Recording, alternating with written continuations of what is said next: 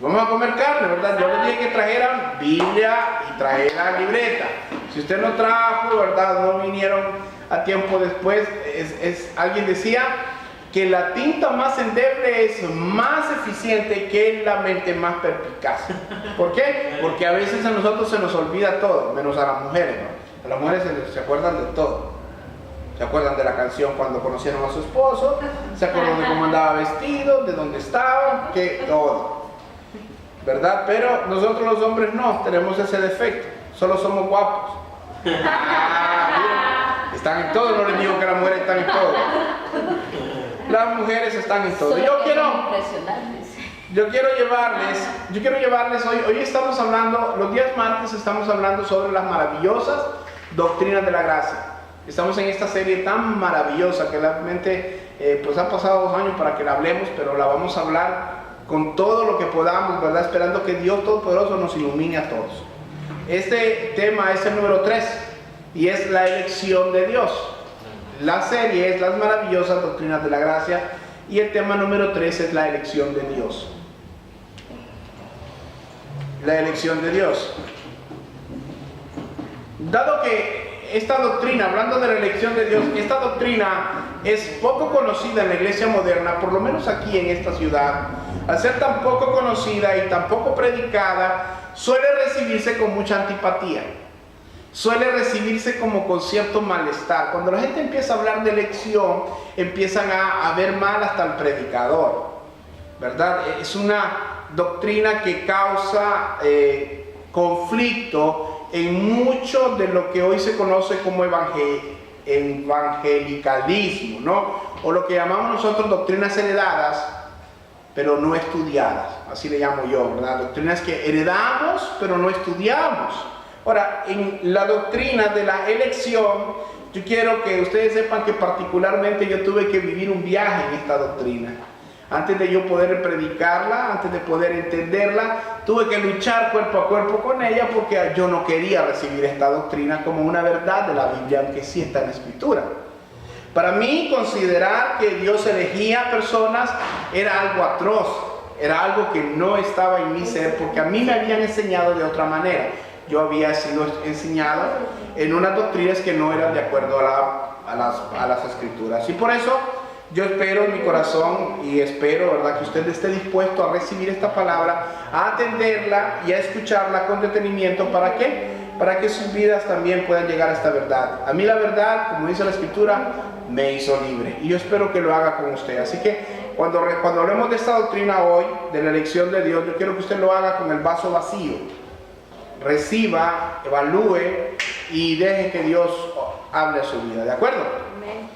Para entender estas características de las que vamos a hablar particularmente de 3 características de la elección de Dios. Vamos a hablar de que la elección de Dios es primeramente soberana, después es incondicional y por último vamos a ver que la elección de Dios es eterna. Entonces es soberana, incondicional y eterna. Y vamos a ver un argumento que es el que generalmente presentan los arminianos. Hemos estado hablando de Jacobo Arminio, quien era un teólogo holandés, que presentó, sus discípulos presentaron estas doctrinas, 5 doctrinas para contrarrestar las enseñanzas de Juan Calvino, aunque las enseñanzas realmente son de la Biblia, ¿verdad? Las doctrinas de la gracia son el resultado de una contraparte de las enseñanzas de Jacobo Arminio. Y para eso tenemos que ver lo siguiente: la elección de Dios es soberana. El texto en el que vamos a estar leyendo el día de hoy es Efesios capítulo 1, versículos 3 y 4. Yo le pido que lo vaya a leer, ¿de acuerdo? Efesios capítulo 1, versículos 3 y 4.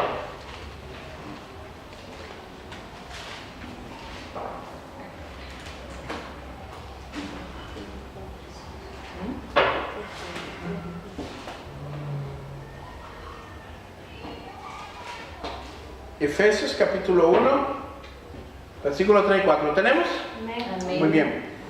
Bendito sea el Dios y Padre de nuestro Señor Jesucristo, que nos bendijo con toda bendición espiritual en los lugares celestiales en Cristo, según nos escogió en Él antes de la fundación del mundo, para que fuésemos santos y sin mancha delante de Él. Padre, queremos pedirte en tu maravillosa misericordia que hoy hables a nuestras vidas a través de esta palabra y edifiques nuestros corazones.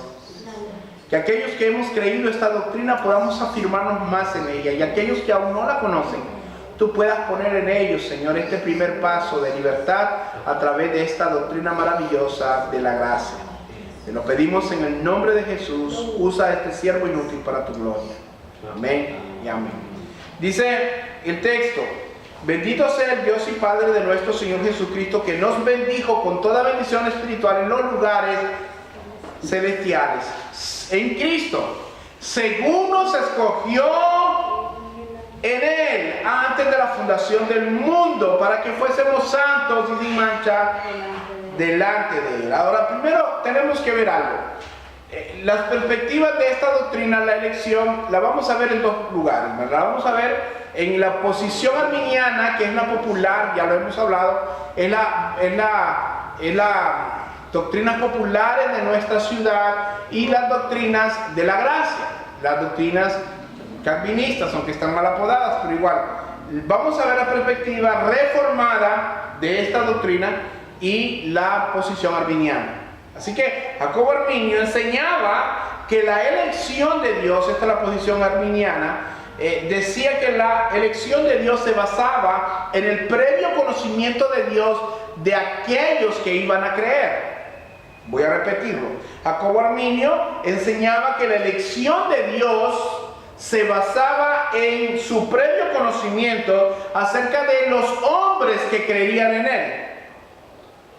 Esto significa, en pocas palabras, que la salvación no comienza con el hombre, sino que no comienza con Dios, sino que comienza con el hombre. Según esta postura, Cristo murió en la cruz del Calvario no para salvar a nadie en particular, sino para hacer posible la salvación de cualquiera. O sea, no garantizaba la salvación de nadie. Esta postura de Jacobo Arminio enseña en pocas palabras que Dios murió por todos y que cualquiera puede venir a Él, pero nadie está garantizado que va a llegar a Él. Ahora, el arminianismo prefiere despersonalizar el amor de Dios para promover la universalidad del Evangelio. Esto quiere decir que para ellos es más fácil decir que Dios no ama a cierta cantidad de individuos, sino que ama a todo el mundo, con tal de que todo el mundo tenga la posibilidad de ser salvo. Sin embargo, esa no es la perspectiva reformada que nosotros encontramos en la Biblia. ¿Por qué? Porque esto sería hacer descansar algo tan maravilloso como la salvación, no en el regazo de Dios, sino en los hombros del hombre. Pensar de manera que el hombre es el origen de la salvación, que Dios, previendo que el hombre va a creer, lo va a elegir en base a eso, es decir, que la salvación no viene de Dios, sino que depende de la condición del hombre. Y esto está totalmente en contra de las Escrituras. ¿Por qué? Porque el hombre por sí solo nunca va a buscar a Dios. No puede, no quiere buscar a Dios. Y vamos a ir a Romanos capítulo 3, versículos 10 y 12. Sé que de esto hemos hablado bastante en las últimas dos enseñanzas, pero el fin de esto es que usted pueda concientizarse todavía más y afirmarse en esta verdad. Hebreos capítulo 3, versículo 10 al 12, dice así. Romanos 3, 10 al 12. Muy bien, están en atención. Miren que solo las mujeres voltearon a ver. ¿Qué les digo? Romanos 3, 10 al 12. Como está escrito, no hay justo ni aun uno. No hay quien entienda, no hay quien busque a Dios.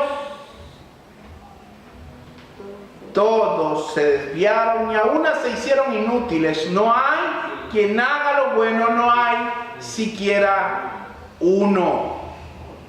Así que este texto nos muestra que es Dios el Padre quien elige al hombre. Cuando usted mira en Efesios capítulo 1, versículo 4, dice que Dios el Padre nos eligió antes de la fundación del mundo. Así que quien elige es ¿quién? Dios. ¿Dios qué? Dios Padre. ¿Nos elige en quién? En Cristo Jesús. Y como miramos ahora que estamos estudiando la primera carta de Pedro, en santificación del Espíritu Santo, ¿verdad? Ahora, el texto nos muestra que el Padre es quien nos elige, quien elige al hombre en Cristo Jesús. Ahora, porque el hombre por sí solo es incapaz de buscarlo a Dios. Como vimos la semana pasada, vimos que el hombre, cuando Adán cayó toda la humanidad con él, y a causa de eso el hombre está afectado en sus tres partes almáticas. ¿Cuáles son las tres partes del alma? Las emociones, el intelecto, la voluntad. Bien, vamos a ver que su intelecto está entenebrecido, por tanto no puede ver las verdades de Dios, aunque parezcan muy claras para nosotros. Para aquel que es un pecador sin arrepentimiento, es imposible entender a Dios, es imposible rendirse a las verdades de Dios. Y dice 2 Corintios 4, 3, 4. Esto lo vimos la vez pasada, así que solo anótelas en su libreta. Segunda carta de Corintios capítulo 4 versículo 3 y 8 dice: pero si nuestro evangelio está aún encubierto, entre los que se pierden está encubierto, en los cuales el Dios de este siglo, ¿qué dice? Cegó el entendimiento de los incrédulos. Segunda de Corintios 4, 3 y 4. Para que no le resplandezca la luz del evangelio de la gloria de Cristo, el cual es la imagen de Dios. Así que los hombres son incapaces de entender las verdades de Dios porque tienen el entendimiento enceguecido. Esto quiere decir que no pueden ver. Pueden ver que la Biblia dice que hay un infierno para aquellos que se apartan de Dios, pero están tan entenebrecidos en su forma de pensar que son incapaces de ver. Dicen, no puede ser que haya un infierno. Es que Dios es amor. Ese versículo sí se lo sabe. Pero aquel que es un fuego consumidor no le gusta. Hermanos, el intelecto del hombre está tan deteriorado a causa del pecado que le es imposible percibir la verdad de Dios. Por tanto, no puede buscar a Dios. No puede ver la verdad de Dios, aún aquellas que parecen simples para nosotros. ¿Por qué? Porque el enemigo le ha cegado el entendimiento y el pecado lo ha inclinado a que siga enceguecido. Otra de las maneras por las cuales el hombre es incapaz de buscar a Dios, y por eso la elección es y debe de ser soberana, es porque las emociones están inclinadas hacia el mal. El hombre, sus emociones están inclinadas hacia el mal. Dice Jeremías 17:9: engañoso es el corazón del hombre más que todas las cosas, y perverso. ¿Quién lo conocerá? Ese es el estado del hombre en pecado, es perverso. Y siempre podemos ser más perversos de lo que hemos sido, a menos que creamos en el Señor. De otra manera seguiremos en un deterioramiento. Es como la lepra. Cuando hemos hablado de la lepra, hemos visto que la lepra era progresiva.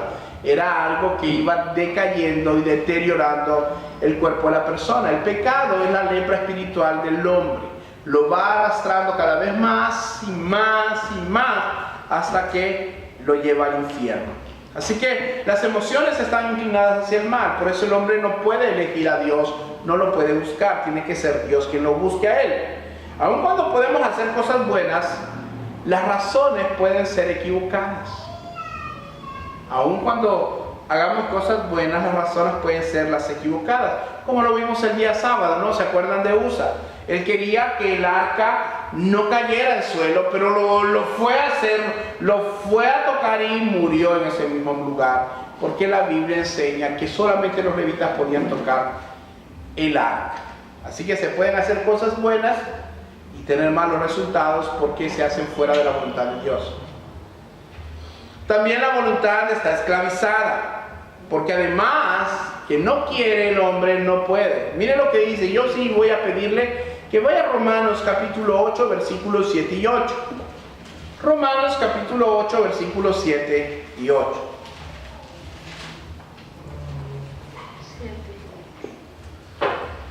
Romanos capítulo 8, versículos 7 y 8 dice así. ¿Me dicen amén? Amén. Por cuanto los designios de la carne son enemistad contra Dios, porque no se sujetan a la ley de Dios, ni tampoco pueden. Versículo 8. Y los que viven según la carne, ¿qué dicen? No pueden agradar a Dios. No pueden agradar a Dios. Hay muchas personas que viven en base al modelo del mundo, pero piensan que le agradan a Dios. Piensan que Dios se agrada en ellos. Pero la realidad es que aquellos que viven conforme a los estándares del mundo, dice la Biblia en Santiago 4:4, ¡oh almas adúlteras! ¿Acaso no sabéis que la amistad con el mundo es enemistad con Dios? Y todo aquel que ama al mundo se constituye enemigo de Dios. Ese es el estado del hombre lejos de Dios. Pero como el enemigo ha enceguecido el entendimiento, les es imposible ver esta verdad porque se escudan bajo aquel texto. Pero Dios es amor. Y si no, ustedes pueden ver las iglesias homosexuales, esas personas que dicen que Dios está a favor del matrimonio gay, que dicen, es que un texto de la Biblia dice, para el amor no hay ley. ¿Lo han leído? No hay ley para el amor. En Gálatas también está eso. Y entonces dicen, entonces no hay ley, no hay nada malo, pues el amor está por encima de todo. Y eso no es lo que está diciendo. Su entendimiento está entenebrecido, sus emociones están atrofiadas y su voluntad está esclavizada a ellos. Por tanto, es imposible que ellos busquen a Dios. Y el otro texto que hemos usado está en Juan capítulo 3, versículo 19 y 20. Juan capítulo 3, 19 y 20. Y Juan va el Evangelio de Juan, capítulo 3, versículo 19 y 20. Y esta es la condenación, que la luz vino al mundo, y los hombres amaron más las tinieblas que la luz, porque sus obras eran malas. Porque todo aquel que hace lo malo aborrece la luz y no viene a la luz, para que sus obras no sean reprendidas. Así que el pecado ha afectado tanto al hombre que lo ha deteriorado en todo su ser, haciéndole incapaz de poder buscar a Dios, de poder elegir a Dios. En sus propios medios es incapaz. Hay muchas personas que dicen, Dios ya hizo lo suyo, te toca a ti hacer el resto. Resulta que el resto que se pudiera que hacer, yo no lo podría hacer, porque mi naturaleza pecadora no va a buscar a Dios a menos que Él me busque. Y lo vamos a seguir viendo, porque la doctrina de la elección es muy maravillosa. Cuando nos rendimos a la realidad de que nosotros no podemos buscar a Dios, nuestro orgullo recibe una puñalada letal en el corazón para que el ego no se enaltezca y no digamos, oh, yo vine a Dios porque yo era muy bueno de niño. Oh, yo vine a Dios porque es que me di cuenta que necesitaba de Dios. El orgullo humano es lapidado por la soberana elección de Dios. No hay mérito en nosotros para decir que hemos sido nosotros quien ha buscado a Dios. Alguien decía que hay un solo camino hacia el Padre. ¿Quién es el camino al Padre? Cristo. Pero hay muchos caminos a Cristo, porque todos tenemos una historia. Yo siempre digo, como dicen los cubanos, que cada cubano tiene su historia. ¿Han escuchado haber dicho? Los cubanos, como se iban por las balsas y todo, ¿no? Estados Unidos, ellos siempre que tenían a decir, cada cubano tiene su historia. Yo puedo decir que cada cristiano tiene su historia también. Yo puedo decir que cada uno de nosotros llegó a Cristo de manera diferente. Sí, yo sé que sí, todos llegamos de manera diferente. Nadie tiene una calca de cómo llegó a Cristo. Pero sí llegamos al Padre todos de la misma manera, a través de Jesucristo. Ahora, cuán grande y maravillosa es esta verdad de que la elección de Dios es soberana. ¿Por qué? Porque quita todo orgullo al hombre y se rinde en humildad a Dios. Dice la Biblia que Dios resiste al soberbio, pero da gracia al humilde.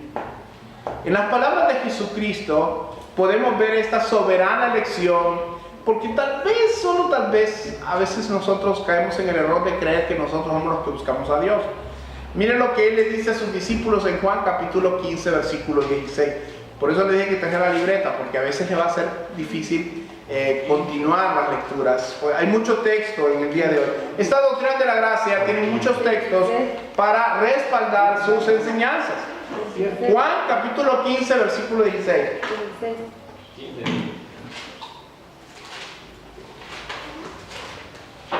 Miren lo que dice Jesucristo. Juan 15, 16 dice: no me elegiste vosotros a mí. Yo creo que más claro que eso no puede ser, ¿va? No me elegiste vosotros a mí, Pedro, Juan, Andrés, Santiago, Bartolomé, Judas, Tadeo, y no me acuerdo de los demás, pero todos fueron llamados por Dios en particular, por Jesucristo. Le dice: no me elegiste vosotros a mí, yo, sino que yo os elegí a vosotros. Yo os elegí a vosotros, hermanos. La soberanía de Dios pisotea el orgullo humano, lo pisotea. Hay muchos que llegan y usted sabe, cuando usted mira a algún orgulloso en la iglesia, sepa una cosa: ese orgulloso no es cristiano, porque Dios lo primero que mutila es el orgullo. En la puerta estrecha, cuando usted pasa, dice la Biblia que amplio es el camino que lleva a la perdición, pero angosta es la puerta que lleva a la salvación. Y esa puerta, un día predicamos sobre eso, no sé si se acuerda la hermana Claudia, es tan angosta que usted no puede pasar con ningún equipaje. No puede llevar el orgullo, ni la suficiencia, tiene que entrar arrastrado, tiene que entrar arrodillado y desnudo. No puede entrar ni con orgullo, ni con vanagloria, ni con ego, no puede entrar con nada de eso, porque Dios resiste al soberbio y da gracia al humilde. Así que la soberanía de Dios pisotea el orgullo y promueve como una hija amada a la misericordia de Dios.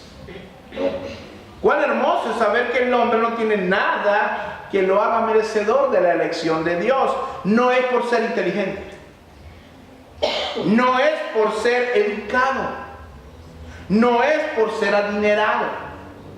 Gracias a Dios que no es por ser bien parecido, porque muchos no estaríamos tampoco.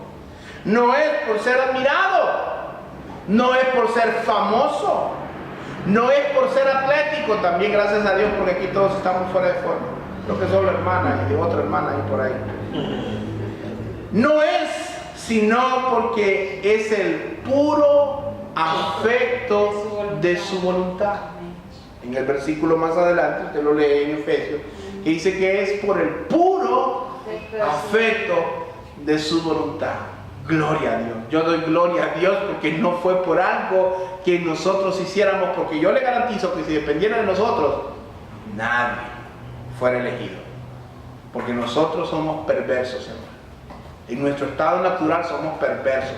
Y como decía el Señor, nuestro corazón de continuo está inclinado hacia el mal. Por eso le envió el diluvio, vaya por el capítulo 6 de Génesis.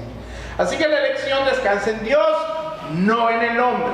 Y es una elección por gracia y no por méritos humanos. Aleluya por eso. El punto número 2 que vamos a ver hoy es que la elección de Dios es incondicional. Y como no tenemos tiempo para desglosar todo el capítulo 9, yo le voy a invitar que usted en su casa lea todo el capítulo 9 de Romanos. Pero vamos a tocar algunos puntos de ese capítulo. Así que la elección de Dios es incondicional porque es una muestra de su amor. Y el amor de Dios, hermanos, es incondicional hacia los suyos. El amor de Dios es incondicional. El punto número 2 es que la elección de Dios es incondicional. ¿Por qué? Porque es en base a su amor incondicional. El amor de Dios es incondicional hacia sus hijos. Nosotros que somos malos, si nuestro hijo hace una trastada, puede ser que nos molestemos un momento, pero no deja de ser nuestro hijo, ¿verdad que no? Alguien dijo que en la familia es donde el amor incondicional se manifiesta más veces. Ahí vemos a la madre que ama a su hijo aunque este sea un perverso, que ama a su hijo aunque este hijo sea un terrible hombre, borracho, mujeriego y todo, pero la madre lo sigue amando. Yo así le reclamaba a mi mamá, cuando mi hermano iba a hacerle relajo y le quebraba todo borracho. Pero ella lo amaba tanto y no le reprochaba nada, y no siquiera amor. Es el amor Estaba incondicional. preguntando, el cabello para mí que es incondicional. Es incondicional porque simplemente se da, no se gana por méritos. Sí. Se obtiene por gracia. Por pura voluntad. Es gracia, hermano. Es Sí, inmerecida. es inmerecida. Veamos ahí en el capítulo 9 de Romanos, porque el capítulo 9 de Romanos es un capítulo que habla mucho acerca de la elección y de cómo nosotros debemos de entenderla. Por ejemplo, el versículo 11, hablando de Jacob y Esaú, bueno, yo quiero decirles, Abraham era el receptor de la promesa de que en tu simiente serán benditas las naciones. Luego esa promesa pasa a Isaac, su hijo. Isaac tiene dos hijos. ¿Cuáles son los nombres de los dos hijos de Isaac? Jacob y Esaú, que eran gemelos, como Juan Carlos y Juan de Dios. Eran gemelos. Pero dice el versículo 11, pues no habían aún nacido, ni habían hecho aún ni bien ni mal, para que el propósito de Dios, conforme a la elección, permaneciese, no por las obras, sino por el que llama. Así que la elección es incondicional porque descansa en Dios, en el amor de Dios. Dice el versículo 13, como está escrito, a Jacob amé, mas a Esaú aborrecí. Yo un día les comentaba en el discipulado cuando Charles Haddon Spurgeon, él era el príncipe de los predicadores, era un predicador bautista. Él dice que un día llegó una mujer después del culto, se acercó a él y le dijo, yo no entiendo ese texto. ¿Cuál texto, señora?, le preguntó Spurgeon. Pues ese que dice que a Jacob amé, mas a Esaú aborrecí. Spurgeon, que era un predicador muy sagaz y muy inteligente, le dijo, yo tampoco entiendo ese texto. Pero solo por curiosidad, le dijo Spurgeon, ¿qué parte de ese versículo usted no entiende? Pues esa parte que dice que a Esaú aborrecí. Ah, no, eso sí lo entiendo. Eso sí lo entiendo. Lo que yo no entiendo es cómo amó a Jacob. ¿Cómo amó a Jacob? Y si usted mira la historia de Esaú, se puede decir más adelante, ¿verdad? Se puede ver en la historia cómo Esaú, pues sí fue un mal hijo, ¿va? Pero Jacob era malísimo, hermano. Engañó al papá. ¿Se acuerdan cuando vimos las clases de valor? Engañó al papá, engañó al hermano, hizo de todo. Ese hombre era perverso. Pero como la Biblia dice que todo lo que el hombre siembra, eso cosecha, ¿qué le pasó a él? Pues lo engañaron también. Durante 21 años lo engañaron. Dice que le decía al suegro Labán, 10 veces me has cambiado el sueldo, 10 veces me has engañado, y un montón de cosas, ¿verdad? Ahora, para no salirnos del tema, lo que quiero que vea usted es que dice la Biblia, a Jacob amé. Este es Dios hablando. Yo amé a Jacob y a Esaú aborrecí. Que pues diremos, dice el versículo 14, que hay injusticia en Dios. En ninguna manera. Y aquí está Pablo, es una carta, recuerden que es una carta, no es una conversación, pero él está teniendo aparentemente una conversación con un antagonista, con alguien que se opone a su línea de pensamiento, contra un típico judío arminiano, diríamos. ¿Por qué? Porque él dice, ¿hay injusticia en Dios? En ninguna manera. Pues a Moisés dice, tendré misericordia del que yo tenga misericordia y me compadeceré del que yo me compadezca. Versículo 16. Así que no depende del que quiere, ni del que corre, sino de Dios que tiene misericordia. Nuevamente, ¿en quién descansa la elección? En Dios. ¿Quién es el que tiene misericordia? Dios. ¿Quién es el que emite la justicia? Pues Dios también. Entonces, no es del que quiere ni del que corre, sino de Dios que tiene misericordia. Ahora, Dios ha amado a sus escogidos desde antes de la fundación del mundo. Esto quiere decir que antes de que hiciera bien o mal. ¿Para qué? Para que el propósito de Dios en cuanto a la elección permaneciese. Y necesito que vaya a otro versículo, en Romanos capítulo 5, versículo 8.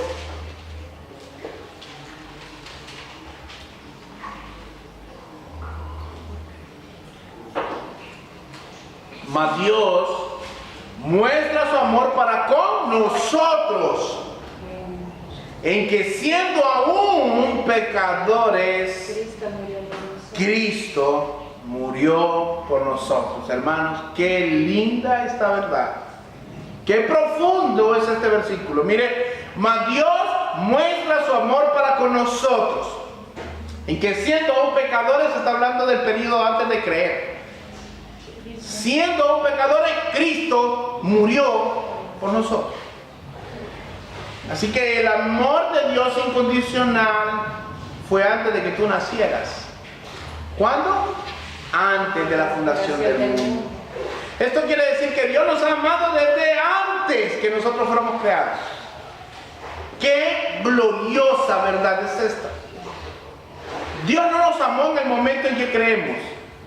Dios nos amó en el momento que Él lo eligió hacer. En amor, dice Efesios 1:5. Efesios 1:5, en amor, habiéndonos predestinado para ser adoptados hijos suyos por medio de Jesucristo según el puro afecto de su voluntad. Hermanos, qué amor más precioso. Un amor incondicional. Gracias, Dios, que me amaste por quien tú eres y no por quien yo soy. Yo no sé si usted le da gracias a Dios, pero Dios le ha amado a usted por quien Él es, no por quien es usted. Porque si fuera por quien es usted, hermano, por quien soy yo, no merecíamos el amor de Dios. Es que no merecemos el amor de Dios. Es por gracia. Ahora, a diferencia de la opinión arminiana de la elección, Él nos elige no porque sepa que vamos a creer. Él nos elige y porque nos elige, creemos. Se lo voy a volver a decir. La opinión arminiana dice que Dios nos elige porque sabe que van a creer. Pero la opinión reformada es que Dios nos elige y porque nos elige, creemos. Así que la elección es la raíz y no el fruto. En Hechos capítulo 13, solo recuérdenlo por el tiempo, en Hechos capítulo 13, versículo 48, dice que los gentiles, oyendo esto, estaban predicando la palabra, se regocijaron y glorificaron la palabra del Señor y creyeron todos los que estaban ordenados para vida eterna. La realidad de la elección, hermanos, la realidad de la elección soberana de Dios es que produce una elección incondicional. No se trata de si usted aparentemente es bueno o de si es aparentemente malo. Se trata de Dios quien elige soberanamente con un amor incondicional. Así que no depende del que quiere ni del que corre, sino de Dios que tiene misericordia. Versículo 18. Romanos 9:18 dice: de manera que de quien quiere, tiene misericordia, y al que quiere endurecer, endurece. El problema de muchas personas cuando escuchan, pero es que la elección de Dios me parece injusta, para muchas personas es que ellos tienen una idea equivocada. Ellos piensan que la puerta está aquí, la puerta de la salvación, Dios está en la puerta y la gente está corriendo hacia la puerta de la salvación. Esa es la idea arminiana de la salvación. Piensan que ellos están viniendo a la salvación y Dios en la puerta está diciendo tú sí, tú no, tú sí, tú no. Cuando es totalmente al revés. La puerta de la salvación está ahí, pero el hombre está corriendo en otra dirección con todas sus fuerzas, huyendo de la salvación de Dios, porque ni quieren ni pueden. Y si no fuera Dios quien los asiera, si no fuera Dios quien los trajera, nadie fuera salvo. Porque Dios tiene misericordia de quien quiere tener misericordia. Así que, si dependiera del que quiere, según lo que hemos leído de la depravación del hombre, nadie quiere. Porque ya lo miramos la vez pasada sobre la voluntad, ¿no? Cómo está esclavizada. Si alguien dice, ahorita en enero, ¿no? Que todo el mundo dice, me voy a poner a dieta, dice. Bueno, este año bajo 5 libras cada mes. Pero cuando ya van a empezar la dieta, miran aquel pastel suculento. O miran aquellas pupusas ricas que hace la hermana ya. Y ya no, tengo que romper la dieta. No quieren, hermano, no quieren adelgazar. Yo no quiero adelgazar por aquellos que nos miren en internet, porque ese está gordo el pastor, van a decir. Sí, pero mi esposa me hace más gordito. Amén. Ahora, la elección de Dios es eterna. Hermanos, la elección de Dios es eterna. Este es el tercer punto y con esto vamos a ir cayendo en el final. Dice, bendito sea el Dios y Padre de nuestro Señor Jesucristo, que nos bendijo con toda bendición espiritual en los lugares celestiales, en Cristo, según nos escogió en Él antes de la fundación del mundo, para que fuésemos santos y sin mancha delante de Él. Ahora, en algún punto de la eternidad el Padre eligió quiénes serían sus hijos. ¿Cuándo? No lo sé, no me corresponde a mí saberlo.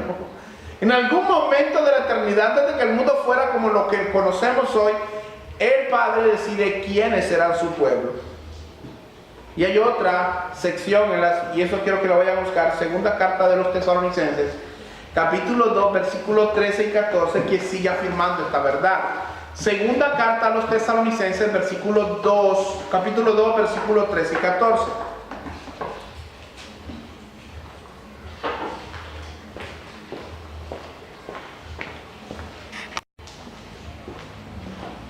¿La tenemos? ¿Amén? Muy bien. Dice así: pero nosotros debemos dar siempre gracias a Dios respecto a vosotros, hermanos amados por el Señor, de que Dios os haya escogido desde el principio para salvación, mediante la santificación por el Espíritu y la fe en la verdad. ¿Quién es la verdad? Cristo. Jesús es la verdad, muy bien. A lo cual os llamó mediante nuestro evangelio para alcanzar la gloria de nuestro Señor Jesucristo. Ahora la pregunta que usted tiene que responderse: ¿desde cuándo lo eligió Dios? Desde el principio, antes de la fundación del mundo. Eso está hablando de un periodo de la eternidad, antes de que el tiempo mismo fuera creado. Y esta es una maravillosa noticia, porque al ser elegido antes de la fundación del mundo, quiere decir que Dios nos amó antes de la fundación del mundo. Y lo volvimos a leer en Romanos 5, 6 al 8, porque Cristo, cuando aún éramos débiles, a su tiempo murió por los impíos. Ciertamente apenas morirá alguno por el justo, con todo pudiera ser que alguno osara morir por el bueno. Mas Dios muestra su amor para con nosotros en que, siendo aún pecadores, Cristo murió por nosotros. Ahora, el amor de Dios hacia nosotros ha sido tan grande, tan soberano, tan incondicional, que nos amó no por méritos que tuviéramos para que permaneciese el diseño de la elección de Dios, sino por su mismo amor, por su misma esencia. Él nos elige en Cristo Jesús para ser lavados, para obedecer, para ser santificados por medio del Espíritu Santo y ser, como dijo Pedro, y lo hablamos el sábado hace 15 días, y ser rociados por la sangre del Cordero. En el discipulado nivel 4 miramos mucho sobre la redención, la propiciación, todo esto que como se acuerdan cuando se tomaban los dos machos cabríos, los dos corderos, y a uno se le llamaba ¿cómo? Azazel, ¿verdad? A uno lo sacrificaban y rociaban la sangre sobre el otro, y el otro era dejado en libertad, y eso simbolizaba que durante un año el pueblo estaba perdonado, ¿verdad? Estaba cubierto de sus pecados.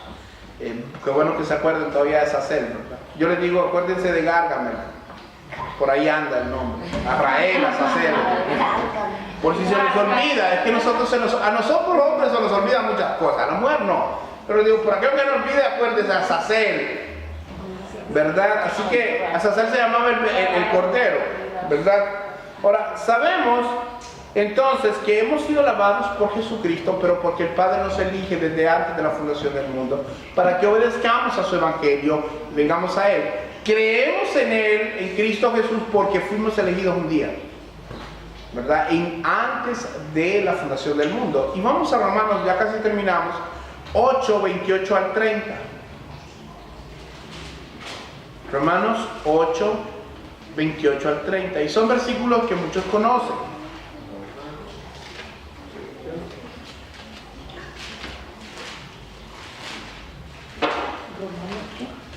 8, 28 al 30. Y sabemos que a los que aman a Dios, todas las cosas ayudan a bien.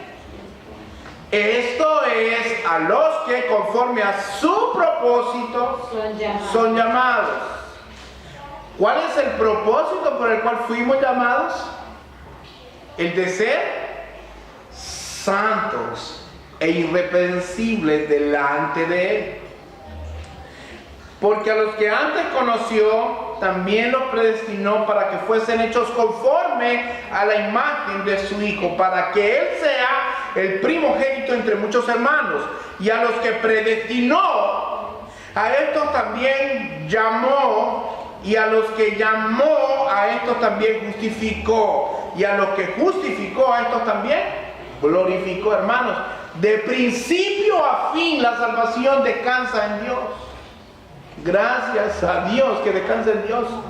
Porque si descansara en nosotros, hermano, como decíamos en discipulado nivel 2, si pudiéramos definir en una palabra la historia del hombre, la podríamos definir de esta manera: fracaso, porque erra a lo largo de su vida.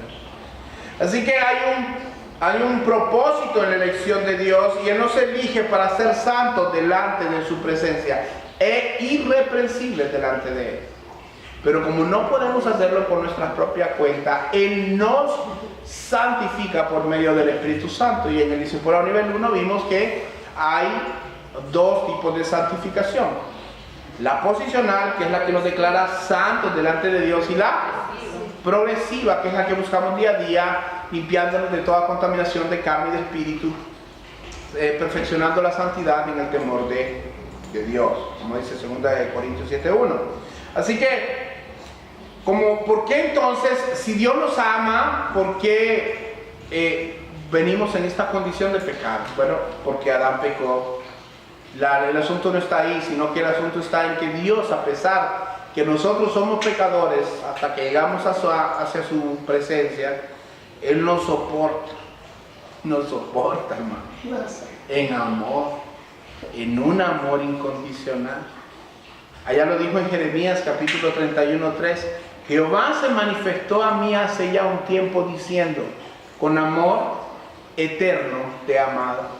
Que nunca lo había entendido yo de esa manera hasta que lo entendí, porque Dios me lo abrió los ojos. Con amor eterno te he amado, por tanto te prolongué mi misericordia. Hermanos, esa misericordia de que tú gozaste antes de llegar a Dios es porque Dios te amaba.